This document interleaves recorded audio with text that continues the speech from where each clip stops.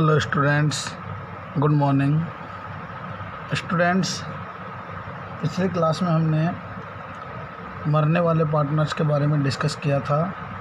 उसी टॉपिक को मैं लेते हुए आपको अच्छे से समझाने की कोशिश कर रहा हूँ। So let us start. आज हम बात करेंगे बच्चों डिजीज पार्टनर के कैपिटल अकाउंट की।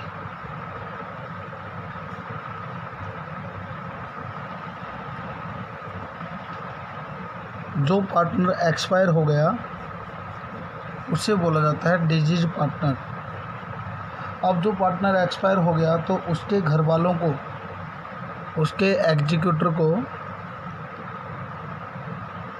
उससे रिलेटेड अमाउंट पे करना पड़ेगा। अब डिजीज पार्टनर से क्या लिया जाएगा और क्या दिया जाएगा, what will be given and what will be taken. अगर ये चीज़ आपको समझ आ गई तो ये टॉपिक आपके लिए बड़ा ही आसान होने वाला है। स्टूडेंट्स, एक मरने वाले साझेदार को, मरने वाले पार्टनर्स को सबसे पहले उसकी कैपिटल में जो बैलेंस है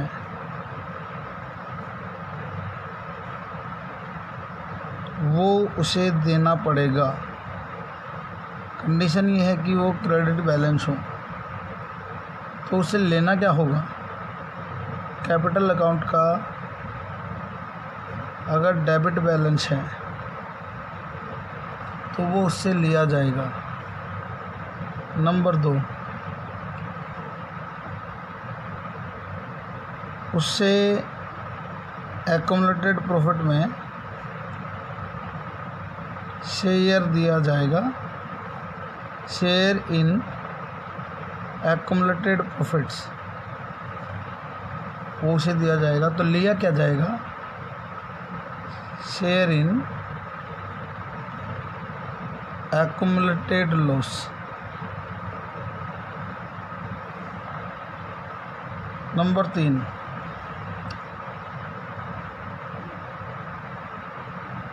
interest on capital up to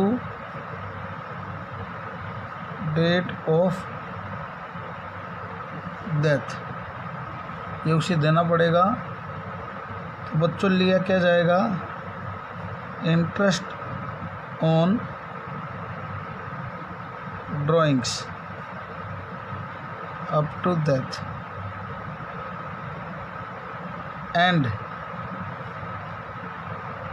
amount of drawings, ये दोनों उसके अकाउंट से काट लिए जाएंगे। Okay. Point number 4, share in revaluation profit. तो उससे लिया क्या जाएगा बेटा, शेयर इन रीवैल्यूएशन लॉस, उसका शेयर निकाल देंगे टोटल अमाउंट में।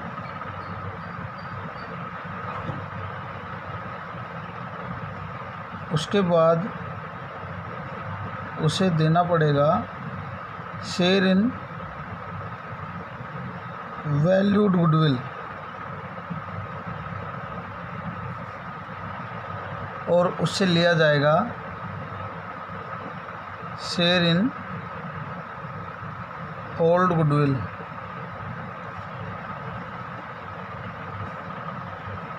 उसके अलावा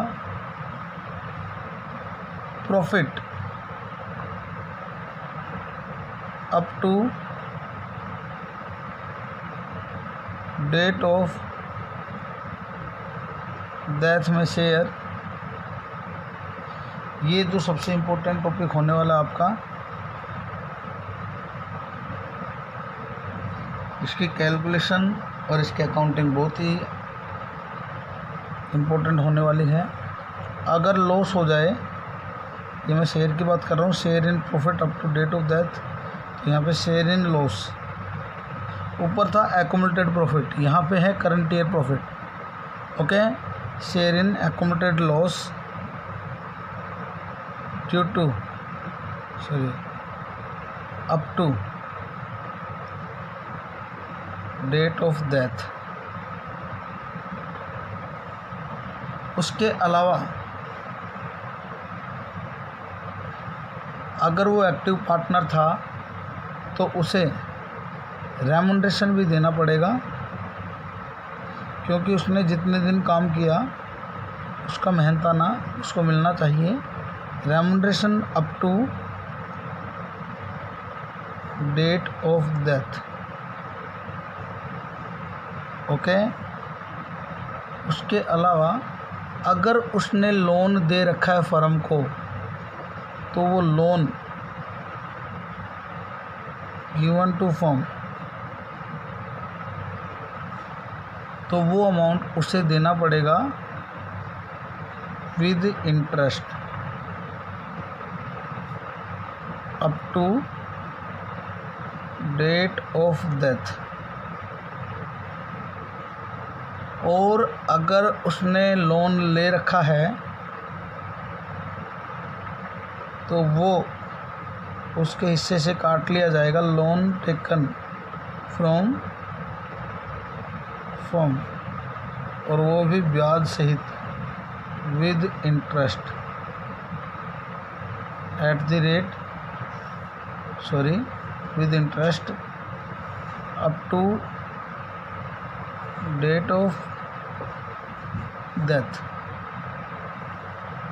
बच्चों, अगर यहाँ पे फर्म ने लोन लिया हुआ है तो यहाँ पे अगर रेट मेंशन भी नहीं है, लोन गिवन टू फर्म, तो यहाँ पे जो ब्याज होगा आपको अच्छे से पता है वो कितना होगा, 5%। लेकिन अगर यहाँ पे रेट गिवन नहीं है तो यहाँ पे कोई ब्याज उससे नहीं लिया जाएगा।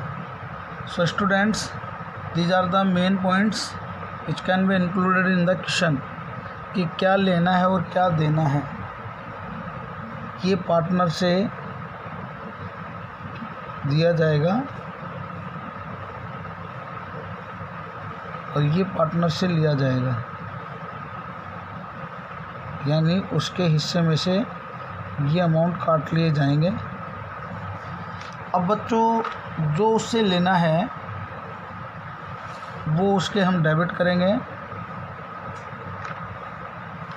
और जो चीज़ें उसको देनी हैं वो हम उसके क्रेडिट करेंगे, क्योंकि इन चीज़ों से जो आपको क्या दिया जाएगा में लिखा हुआ है व्हाट विल बी गिवन में, वो चीज़ें सारी कैपिटल को इंक्रीज करेंगी और वो अमाउंट हम पार्टनर को दे देंगे, यानी उसके रिप्रेजेंटेटिव को दे देंगे। और ये क्या लिया जाएगा, व्हाट विल बी टेकन, ये पार्टनर के कैपिटल को डिक्रीज करेंगे और ये हम उससे चार्ज कर लेंगे। तो इन्हीं पॉइंट्स को ध्यान में रखते हुए हम बनाएंगे डिजीज पार्टनर का कैपिटल अकाउंट। ओके, तो चलिए शुरुआत करते हैं how to make deceased partner capital account. हम बनाने जा रहे हैं मरने वाले पार्टनर का कैपिटल अकाउंट। अच्छे से मेरी बातों को ध्यान से सुनेंगे आप।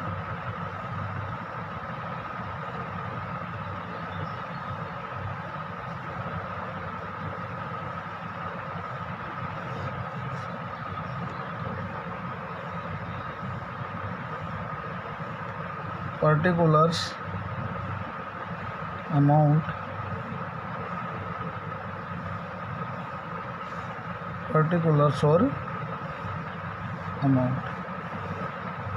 So students, let me start from the what will be given, and all these things will be credited to capital account in disease partners capital account. Okay, so first of all उसका capital account का balance उसे देना है तो ये हम लिखेंगे credit side by balance BD, और ये उसकी ओपनिंग कैपिटल है जिसका बैलेंस क्रेडिट है।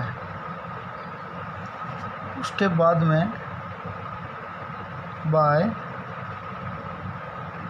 एक्युमुलेटेड प्रॉफिट्स, चाहे वो जनरल रिजर्व हो, चाहे वो रिजर्व फंड हो, चाहे वो WCR हो, चाहे वो IFR हो, उसका शेयर निकाल लेंगे। मैंने लिखा था शेयर इन एक्युमुलेटेड प्रॉफिट्स, तो वो शेयर निकाल के उसके क्रेडिट में लिख दिया जाएगा। उसके बाद में अगर पार्टनरशिप डीड के अकॉर्डिंग उसे इंटरेस्ट ऑन कैपिटल देना है तो देंगे बाय इंटरेस्ट ऑन कैपिटल, और ये हम देंगे टू पीरियड ऑफ डेथ। उसके बाद रीवैल्यूएशन प्रॉफिट में उसे हिस्सा देना पड़ेगा, तो ये अमाउंट हम निकाल लेंगे सभी का, और उसका शेयर निकाल के उसके कैपिटल अकाउंट में क्रेडिट साइड में लिख दिया जाएगा। तो यहाँ लिखेंगे बाय रीवैल्यूएशन प्रॉफिट, उसका शेयर निकाल लेंगे और वो शेयर हम यहाँ पे लिख देंगे। उसके अलावा वैल्यूड गुडविल में उसे हिस्सा दिया जाएगा, और ये अमाउंट हम पार्टनर से चार्ज करेंगे जो गेनिंग पार्टनर्स हैं उनसे। तो बाय गेनिंग पार्टनर्स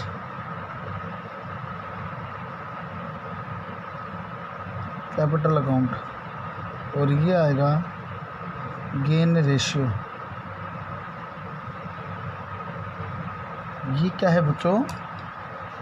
ये है उसका शेयर किसमें? इन वैल्यूड गुडविल, और जिसके लिए आप क्या बनाते थे? Statement of distribution. तो यहाँ पे आपको क्या बनाना है? SOD।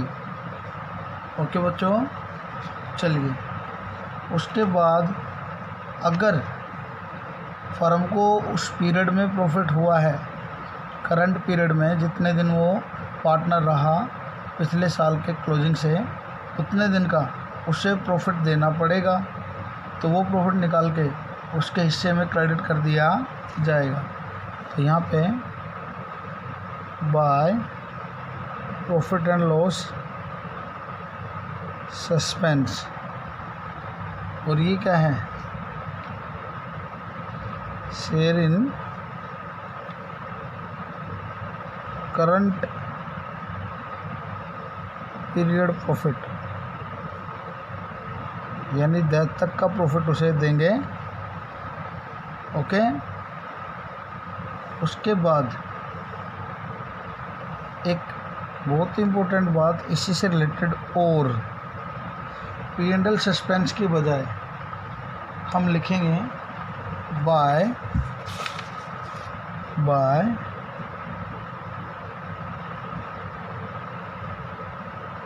Gaining partners capital account. अगर पार्टनर्स ने रेशियो चेंज कर लिया तो यही प्रॉफिट गेनिंग पार्टनर से चार्ज किया जाएगा और डिजीज पार्टनर को दिया जाएगा। तो यहाँ पे शेयर इन प्रॉफिट ये बेटा ये, लेकिन अगर बचे हुए partners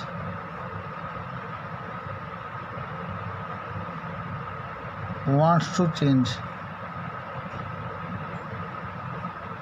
their profit sharing ratio, अगर बचे हुए पार्टनर्स अपना रेशियो चेंज कर रहे हैं तो लिखेंगे bye gaining partners capital account, यानी गुडविल की तरह ही इसे ट्रीट करना है।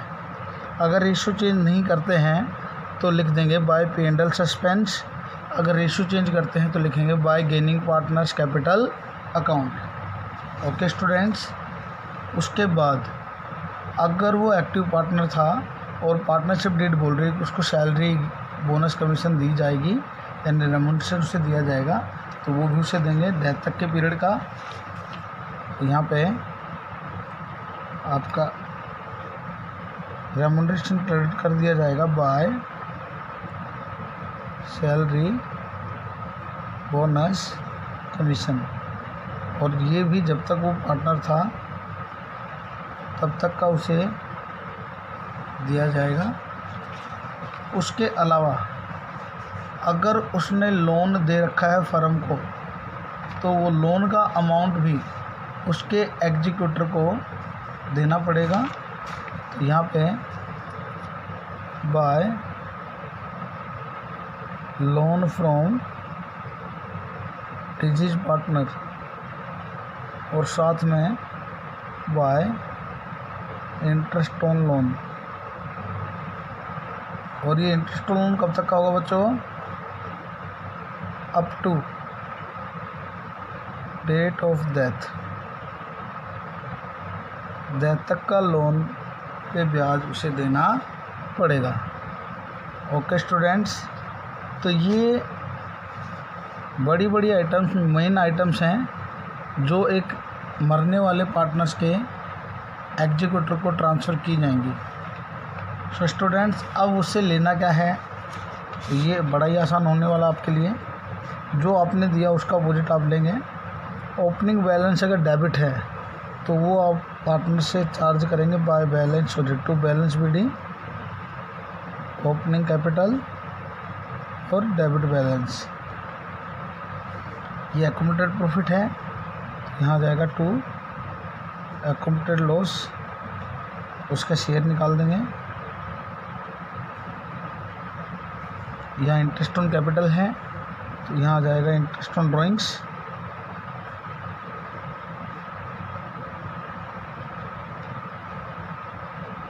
Up to date of death. साथ में ड्राइंग्स हमेशा तभी, इंटरेस्ट ऑन ड्राइंग तभी आता है जब हमेशा क्या हो, ड्राइंग्स हो। तो ड्राइंग्स का अमाउंट उससे चार्ज कर लिया जाएगा, जितना अमाउंट उसने निकाला डेथ तक के पीरियड का, up to date of death. उसके बाद बच्चों यहाँ था रीवैल्यूएशन प्रॉफिट का शेयर, तो यहाँ आ जाएगा to revaluation loss, to revaluation loss, और उसका शेयर निकाल के उसे डेबिट कर देंगे। उसके बाद स्टूडेंट्स आपको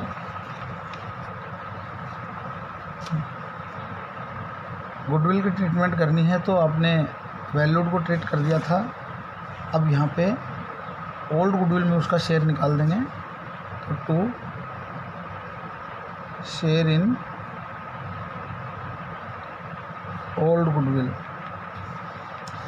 ओके स्टूडेंट्स, उसके बाद यहाँ पे आपने लिखा बाय P&L सस्पेंस, और यहाँ आपने up to date of death तक का प्रॉफिट कंसिडर करके उसका शेयर निकाल के उसको दे दिया।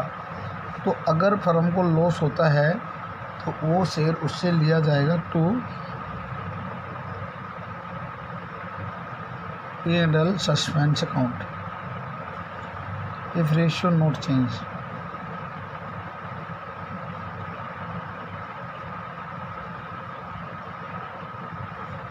और अगर रेशियो चेंज हो जाता है, ये किस में बेटा, लॉस में शेयर। अगर रेशियो चेंज हो जाता है तो लिखेंगे to gaining partners capital account if ratio change. वही लॉस गेनिंग पार्टनर्स को क्रेडिट करेंगे रिटायरिंग पार्टनर से लेके, तो गेनिंग को दे देंगे, तो रिटायरिंग के वो अमाउंट डेबिट कर दिया जाएगा। उसके अलावा बच्चों सैलरी बोनस कमीशन हमेशा क्रेडिट होता है। By loan from deceased partner, तो यहाँ पे आ जाएगा to loan to from, loan from. अगर उसने लोन लिया हुआ है तो वो लोन का अमाउंट उससे काट लिया जाएगा, और साथ में अगर इंटरेस्ट के बारे में बोल रहा है तो इंटरेस्ट भी काट लिया जाएगा। सो स्टूडेंट्स, ये अमाउंट उसके डिडक्ट कर लिए जाएंगे। अब जो बचा हुआ अमाउंट है, अब वो खुद तो आएगा नहीं लेने, ये अमाउंट हम उसके एग्जीक्यूटर को दे देंगे। तो यहाँ पे डिफरेंस निकालेंगे आप लोग। डिफरेंस निकालने के बाद जो भी बैलेंसिंग फिगर बचेगा वो उसके डिजीज पार्टनर के एग्जीक्यूटर को, उसके एग्जीक्यूटर को दे दिया जाएगा। तो टू डिजीज पार्टनर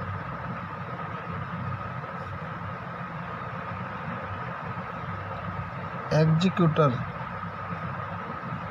अकाउंट, उसके घर वालों में जो भी उसका उत्तराधिकारी होगा वो इस पैसे को लेने के लिए अधिकारी होगा। तो ये अमाउंट बैलेंसिंग फिगर से निकाल के उसके डिजीज पार्टनर को देंगे हम। तो ये डिफरेंस आ गया। तो ये आपका डिजीज पार्टनर का कैपिटल अकाउंट था स्टूडेंट्स। तो इसमें आपको जो मेन चीज़ें सीखनी हैं, बाकी आपको सभी अच्छे से आती हैं, मैं स्टार मार्क कर रहा हूँ जो आपको सीखनी है, और ऑलरेडी मैं बता चुका। आपको सीखना है अकाउंटिंग ट्रीटमेंट ऑफ गुडविल, आपको सीखना है accounting treatment of accumulated profit up to date of death. Clear? इसके अलावा कोई नया ट्रीटमेंट नहीं है, नया ट्रांजैक्शन नहीं है, और आप बहुत अच्छे से इसको कर पाएंगे। तो आज के लिए टॉपिक इतना ही था। Thank you so much for joining. Thank you again.